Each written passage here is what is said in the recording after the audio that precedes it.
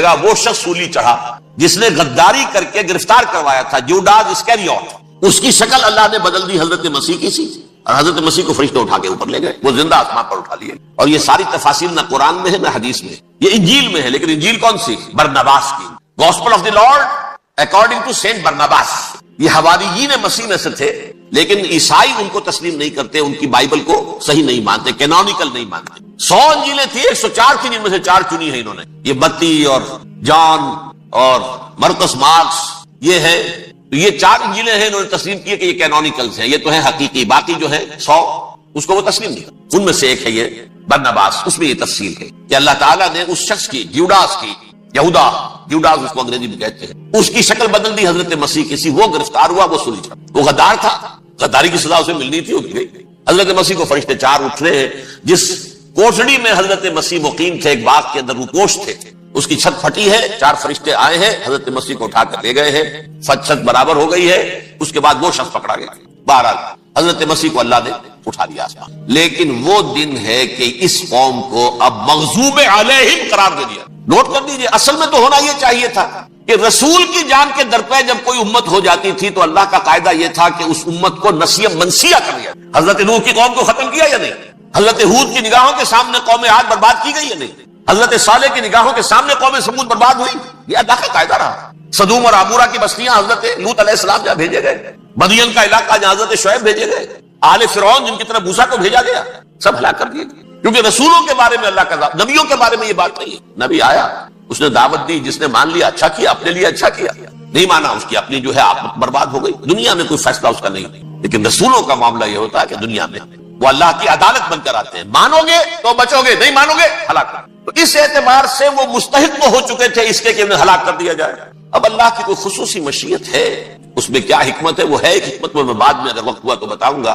فیصلہ یہ کیا اللہ نے کہ حضرت مسیح کو تو اٹھا لیا زندہ، اور ان کی رسی ابھی مزید دراز کر دی، کہ ان کو ابھی مہلت دے دی کہ تمہیں آخری استیصال، جس کو عذاب اکبر کہتا ہے قرآن، سورہ سجدہ جو حضور ہر جمعے کی پہلی رکعت میں فجر میں پڑھتے تھے، وَلَنُذِيقَنَّهُم مِّنَ الْعَذَابِ الْأَدْنَىٰ دُونَ الْعَذَابِ الْأَكْبَرِ لَعَلَّهُمْ يَرْجِعُونَ۔ چھوٹے چھوٹے عذاب اور ایک بڑا عذاب، جبکہ قوم بالکل برباد، نسیہ منسیہ، کأن لم یغنوا فیہا، ایسے ہو جائیں جیسے کوئی تھے ہی نہیں آبادیاں، لا یرا الا مساکنہم، اب ان کے مسکن نظر آتے ہیں، مکین نظر نہیں آتا۔ یہ عذاب اکبر جو ہے وہ ان پر نہیں آیا، حالانکہ وہ مستحق ہو گئے تھے اسی وقت۔ اس کو یوں سمجھیے کہ کسی شخص کو پھانسی کا حکم تو ہو جائے، ایگزیکیوشن نہیں ہوئی، ہوتا ہے کئی سال گزر جاتے ہیں پڑے ہوئے، اور معاملات جو ہیں وہ چلتے رہتے ہیں۔ یہ معاملہ ہوا اس کے ساتھ، ورنہ یہ مستحق ہو چکے تھے آخری بربادی تباہی کے، عذاب استیصال، جڑ سے کاٹ دینے والا عذاب، وہ آ سکتا تھا ان پر اسی وقت، لیکن اللہ نے ان کی مہلت دراز کی۔ لیکن اس کے بعد اللہ نے ان کو ایک اور موقع دیا، 600 برس بعد حضرت مسیح کے، محمد الرسول اللہ صلی اللہ علیہ وسلم کے بیس، اور یہ میں سمجھتا ہوں کہ اس قوم پر اللہ کا اتنا بڑا فضل تھا، اتنا بڑا فضل تھا، اتنا بڑا فضل تھا۔ اب پھر ایک موقع دیا، عسیٰ ربکم ان یرحمکم وان عدتم عدنا، دیکھو اب بھی تمہیں ہم ایک موقع دے رہے، تمہارا رب تمہارے اوپر اب بھی فضل کرنے کو تیار ہے، رحم فرمانے کو تیار ہے۔ ان ھذا القرآن یہدی للتی ہی اقوم، اس قرآن کے سائے میں آ جاؤ، یہ شاہدرا ہے ہدایت میں آنے کا، اس میں داخل ہو جاؤ، محمد کی تصدیق کرو صلی اللہ علیہ وسلم، دامن محمدی میں آ جاؤ، اب بھی ہم تمہارے گناہ بخش دیں۔ لیکن نہیں، اس قوم نے حضرت محمد صلی اللہ علیہ وسلم کی دشمنی کی کمر کسی، اور اب یوں سمجھیے اس تاریخ سے لے کر آج تک یہ گٹھ جوڑ ہے۔ ظاہر بات ہے کہ ابلیس کا بھی اصل دشمن اب کون ہے، یا ہدف کون ہے، ٹارگٹ کون ہے؟ جنہوں نے محمد کو نہیں مانا صلی اللہ، وہ تو ہے ہی جہنمی، ان پر کوئی اور محنت کرنے کی ضرورت کیا ہے؟ سمجھ رہے میری بات؟ حضور کی بعثت کے بعد جنہیں حضور کو رد کر دیا، ان کو ایمان نہیں لائے، وہ کون ہے؟ کافر، وہ جہنمی ہے ہی ہے۔ لہذا اس کے اوپر کوئی محنت صرف کرنے کی ابلیس کو ضرورت نہیں، اس کا اصل ٹارگٹ امت محمد ہے صلی اللہ علیہ وسلم۔ وہ ساری نوع انسانی کی دشمنی اب آ کر مرکوز ہو گئی ہے امت محمد صلی اللہ علیہ وسلم کی دشمنی۔ اور اسی طرح یہود کا معاملہ، اگرچہ ویسے پوری نوع انسانی کے دشمن ہے، انہیں حیوان سمجھتے، ان کی جان مال اپنے لیے مباح سمجھتے ہیں، جس طرح چاہے لوٹے کھسوٹے کھائے پیے ہی نہیں، لیکن اب ان کی بھی دشمنی کا سب سے بڑا مرکز امت محمد۔ کیوں؟ وہی تکبر اور حسد، وہی بیماری۔ انہیں تکبر یہ ہو گیا تھا کہ 2000 سال سے یہ نبوت ہماری میراث، ہماری جاگیر، بنو اسرائیل کے اندر سینکڑوں نبی آئے، 3 کتابیں اللہ نے ہمیں عطا کی، یہ کہاں سے آ گیا محمد صلی اللہ علیہ وسلم؟ معاذ اللہ ثم معاذ اللہ، یہ امیین میں سے، یہ جنٹائلز میں سے، یہ گوئنز میں سے، یہ حقیر ان پڑھ، کہاں ہم کہاں یہ نہیں تسلیم کریں۔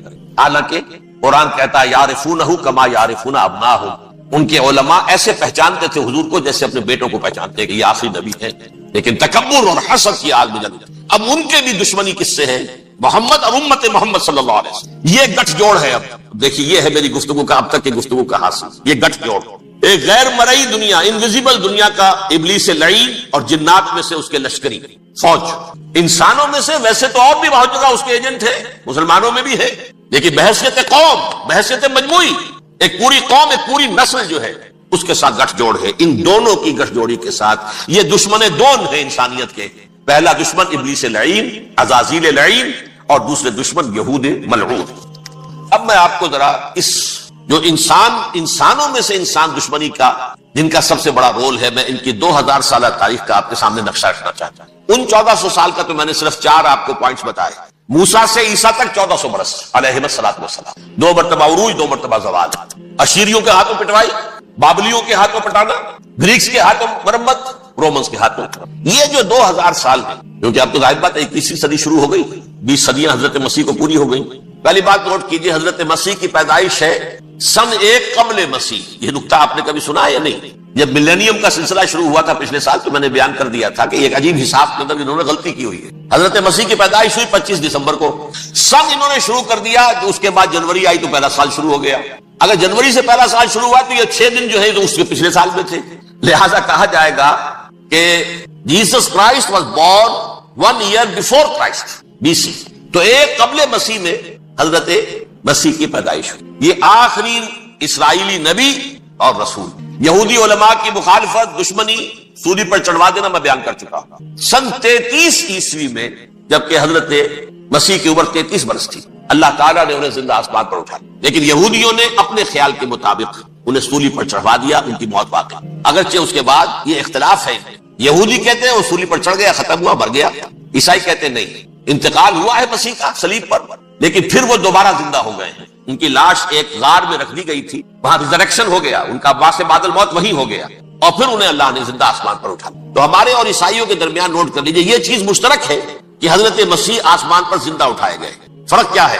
وہ سمجھتے ہیں کہ سولی دیے گئے، سولی پر مرے، پھر زندہ ہوئے، پھر گئے۔ ہم سمجھتے ہیں کہ نہیں، وما صلبوہ وما قتلوہ، انہوں نے نہ صلیب دے سکے انہیں اور نہ انہیں قتل کر سکے، بل رفع اللہ الیہ، اللہ نے اٹھا لیا۔ پھر ہمارا اور یہ اس کا عیسائیوں کا ایک اور اتفاق ہے، سیکنڈ کمنگ آف جیسس، حضرت مسیح دوبارہ آئیں گے، یہ عیسائیوں کا بھی عقیدہ ہے اور ہمارا بھی۔ بہرحال تو جیسا کہ میں نے عرض کیا کہ اس وقت یہ عذاب استیصال، عذاب اکبر کے مستحق ہو چکے تھے، لیکن اللہ نے ان کی مدت دراز کی، لیکن ان پر دنیاوی عذاب کا ایک کوڑا جو ہے اللہ تعالیٰ کی طرف سے اسی وقت برسا۔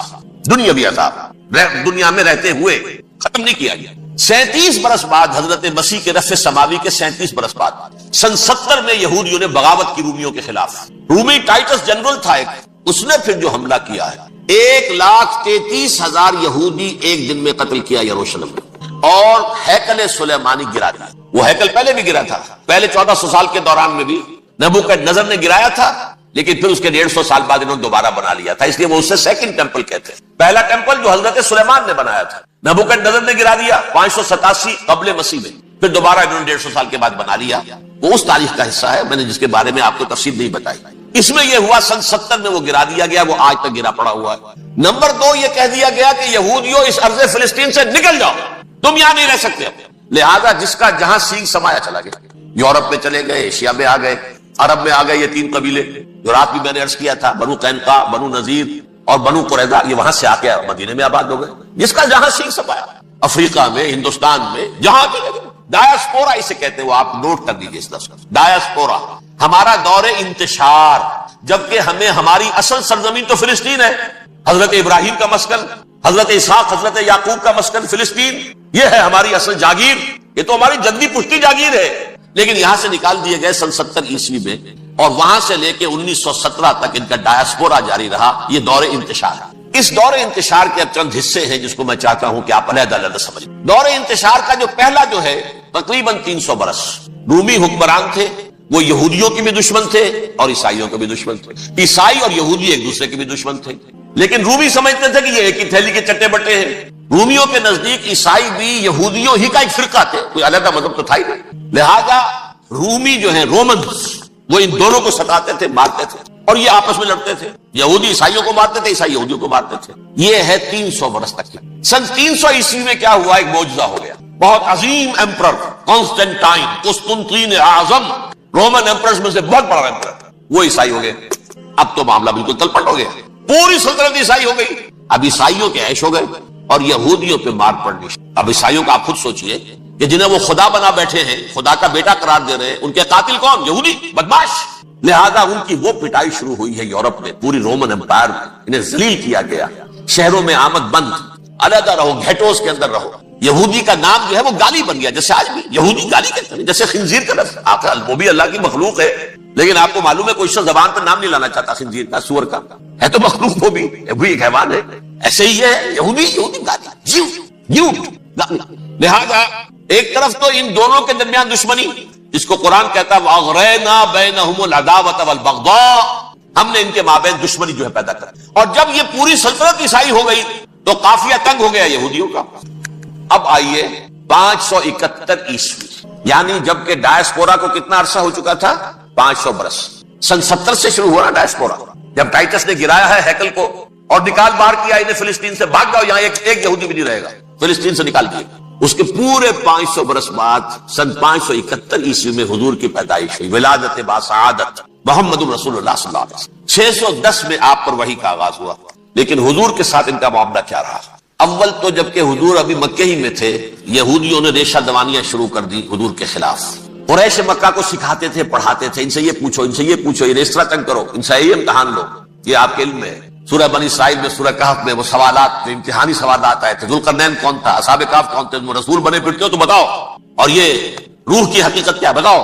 یہ ساری ریشہ دوانیاں کر رہے تھے بیٹھے ہوئے. ابھی وہیں پر حضور ابھی پہنچے بھی نہیں. ہجرت فرما کر حضور تشریف لے آئے تو حضور نے، جسے ماسٹر اسٹروک کہا جائے گا، یعنی اسٹیٹس مین شپ کا ماسٹر اسٹروک، آپ نے مدینے میں آتے یہودیوں کے ساتھ پیکٹ کر دیا، جوائنٹ ڈیفنس پیکٹ آف مدینہ، کہ اگر مکے والے ہم پر حملہ کریں گے تو ہم مل جل کر ایک قوم کی حیثیت سے مقابلہ کریں گے. یہ میثاق مدینہ کہلاتا ہے، جس کے بہت غلط معنی پہنائے جا رہے ہیں آج کل. بہرحال میں موضوع میرا چونکہ یہ نہیں، میں ادھر نہیں جاؤں گا. لیکن ہوا کیا؟ ہر مرتبہ یہ خیانت کے مرتکب ہوئے، اور جو عہد کیے تھے ان سے پھرے. اندر ہی اندر سازش، ریشہ دوانی، حضور کی بدترین دشمنی. سورہ نساء کی آیت نمبر 12 میں 14 میں 13 میں فرمایا ہے لا تزال تطلع علی خائنۃ منہم، اے نبی ہمیشہ آپ کے علم میں ان کی طرف سے خیانتیں، بدیانتیاں آتی رہیں گی. اور بار بار وہ مسلسل جنگ کی آگ بھڑکاتے تھے. قریش کو دعوت دیتے، آؤ آؤ آؤ، ہم اندر سے بغاوت کر دیں گے، تم آؤ تو صحیح، ختم کریں محمد کو اور اہل ایمان کو صلی اللہ علیہ وسلم رضی اللہ تعالی عنہ اجمعین. لیکن پھر جب وہ آتے تھے تو یہ دبک جاتے تھے، ان میں ہمت نہیں تھی، میدان کے مرد نہیں رہے تھے. یہ سورہ حشر میں ان کا نقشہ کھینچا گیا ہے. کھلے میدان میں مقابلے کی اس کے اندر صلاحیت ہی نہیں. یہ تو فصیلوں کے پیچھے سے، جیسے عورتیں کہیں دیہات میں لڑائی ہوتی ہے تو مرد جو ہے گلیوں میں لڑتے ہیں، عورتیں اوپر سے پتھر پھینکتی ہیں، بس وہ کام یہ کر سکتے تھے. من ورائے جدر، فصیلوں کے پیچھے سے، جنگ میں میدان میں نہیں آ سکتے. بہرحال قرآن مجید میں ہے یہ سورہ مائدہ کی آیت نمبر 64، کلما اوقدوا نارا للحرب اطفاء اللہ. اکثر و بیشتر مواقع پر تو یہ جب آگ بھڑکاتے تھے جنگ کی، اللہ اسے بجھا دیتا تھا. لیکن بہرحال اس کے باوجود جنگیں ہوئی، غزوہ بدر، غزوہ احد ہوئی کہ یہ ساری اس اصل شرارت میں، اور اس کے نتیجے میں